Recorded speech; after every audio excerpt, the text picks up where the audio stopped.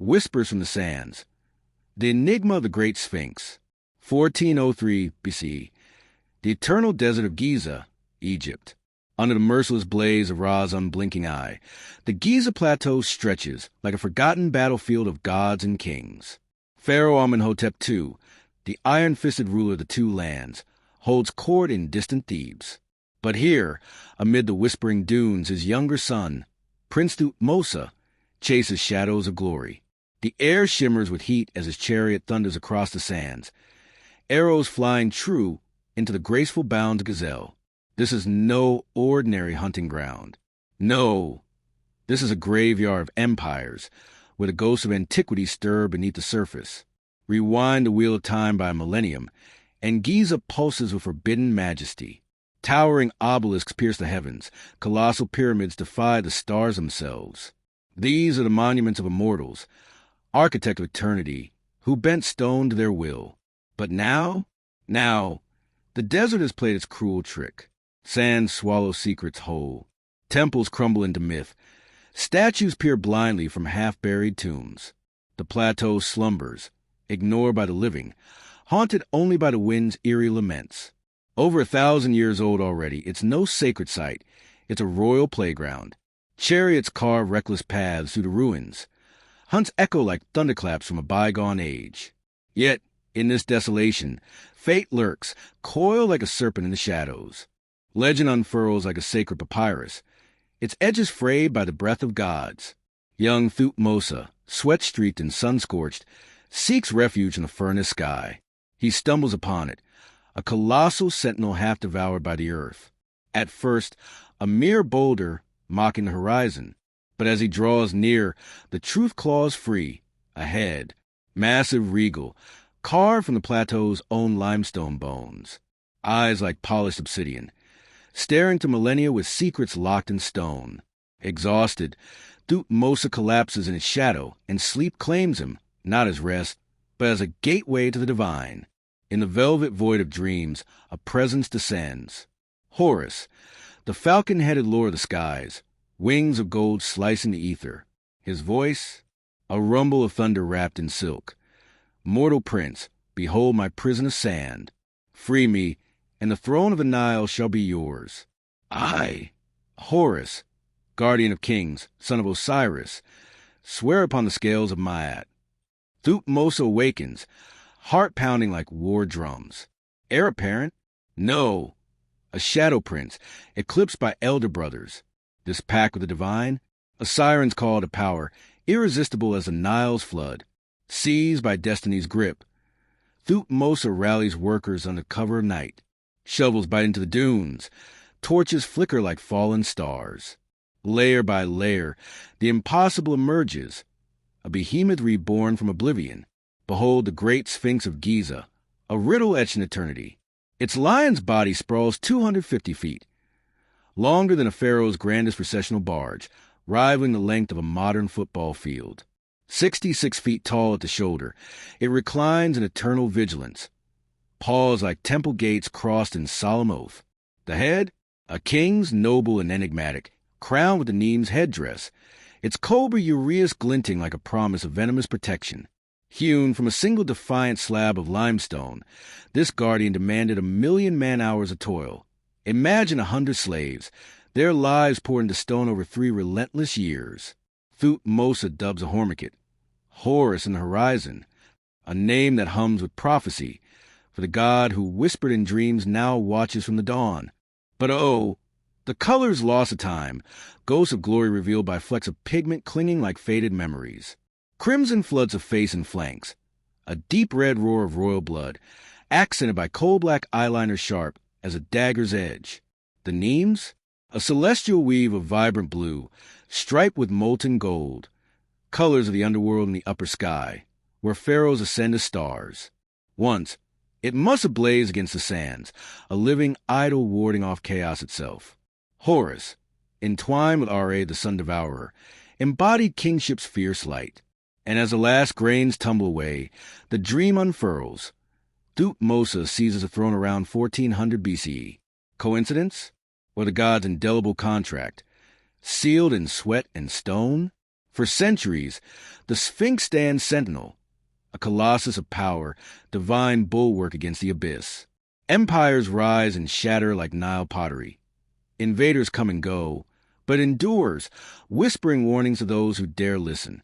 Yet time, that greatest thief, conspires with the desert. Sands creep like insidious spies, inching upward, reclaiming their prize. By the fall of dynasties, the mighty form vanishes, buried to its neck, a severed head mocking the world above. Millennia pass in silence. The Sphinx dreams on, its secrets fermenting in the dark. Enter 1817. Giovanni Battista Caviglia, an Italian adventurer with fire in his veins and folly in his heart. Hears the call. Armed with zeal and pickaxes, he assaults the dunes, driven by tales of buried wonders. But the sands fight back, cascading into pits like vengeful spirits, swallowing progress whole. Exhausted, defeated, Caviglia flees, leaving the enigma half-revealed, taunting eternity. A century slumbers by. Then, crack, the world awakens. 1922, Howard Carter breaches the golden silence of Tutankhamun's tomb, unleashing Egyptomania like a sandstorm across the globe. Treasures gleam, curses murmur. Inspired, French archaeologist Émile Barras mount a crusade in the 1920s and 30s. This time, science wields a spade. With pumps and pulleys, they conquer the tide of grains. And there, unveiled in blinding sun, the Sphinx rises, reborn. A reclining lion with a human gaze, colossal and otherworldly. Gasps ripple from Cairo to Paris. Headlines scream of miracles unearthed. Today, pilgrims flock to its paws, dwarfed by majesty. The Sphinx is no mere relic. It's an icon, a siren of the sands. The world's largest monolithic statue for 4,000 years. It defies comprehension. How did hands of flesh and bone sculpt such precision from raw rock? What lost arts breathed life into this guardian? Engineers marvel, mystics shiver. Its engineering? A symphony of quarried genius, hewn where the pyramid stones themselves were birthed from the earth.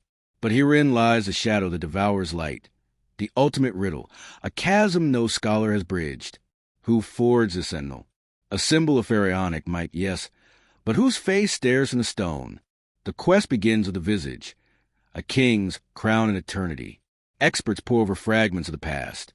Statues cracked by time, reliefs faded to whispers. The match? Eerily close to Khufu, the pyramid builder supreme, who reigned circa 2580 to 2560 BC. His era? The Old Kingdom's zenith, when gods walked among men. Khufu, known to whispers of antiquity as Cheops, the Greek-tongued Echo, ruled for 3 sunlit decades. His legacy? The Great Pyramid, a mountain precision that clawed the sky at 482 feet, unchallenged tallest handiwork for 4,000 years. A tomb, yes, but a thunderclap of dominion, aligning with stars as if the last of the cosmos. Of his face, only one confirmed portrait survives, a diminutive ivory sentinel, 3 inches tall, eyes wide as the Nile's flood, beardless like a youth unbound by ritual. Echoes of the Sphinx, smooth-jawed, unadorned. Most pharaohs don the false beard of Osiris, but not this one, not him. The Sphinx's style sings of Khufu's dawn, bold, unyielding, laced with leonine lore. Lions proud as iconography, fierce emblems of solar fury, guardians of the throne. Was the Sphinx's final roar? A hybrid sovereign, head of the god king, body of the desert's apex predator, forever prowling the plateau's edge. Gaze upon it now, profile etched against Cheops's pyramid. It guards, paws planted like vows, eyes fixed on the eastern dawn, as if warding the necropolis from the void. Khufu's power, immortalized in stone. Pyramid as his ascent, Sphinx as his eternal sentinel. Yet doubts linger like mist over the Nile. Erosion scars suggest an age older than Khufu, water-worn from rains long forgotten, hinting at builders predating even the pyramids. Was it Jedefra, his wayward son, or an elder pharaoh? Face recarved through dynasties like a palimpsest of power? Theories swirl. Solar alignments to lost constellations. Underground chambers humming with untapped lore. Even whispers of a pre-dynastic civilization, seeding Egypt's cradle with star-born secrets. The Sphinx endures, silent arbiter of our curiosity. It beckons not with answers, but with questions that echo through the soul. What dreams did its carvers chase? What pacts with the divine did they seal? As sands shift and stars will overhead, it watches, patient, inscrutable. Come closer, seeker. Listen to the wind carve its own hieroglyphs. The horizon hides more than Horus ever promised. And in Giza's heart, the greatest mystery breathes still. And so, as the sun dips below the eternal sands, we bid farewell to this timeless guardian. Not with closure, but with a lingering gaze into the unknown. Thank you for joining this journey to the veils of antiquity, where every grain of sand holds a story untold. May the Sphinx's enigma inspire your own quests into shadows of wonder. Until the next whisper from the dunes, sweet dreams, wanderers of the world.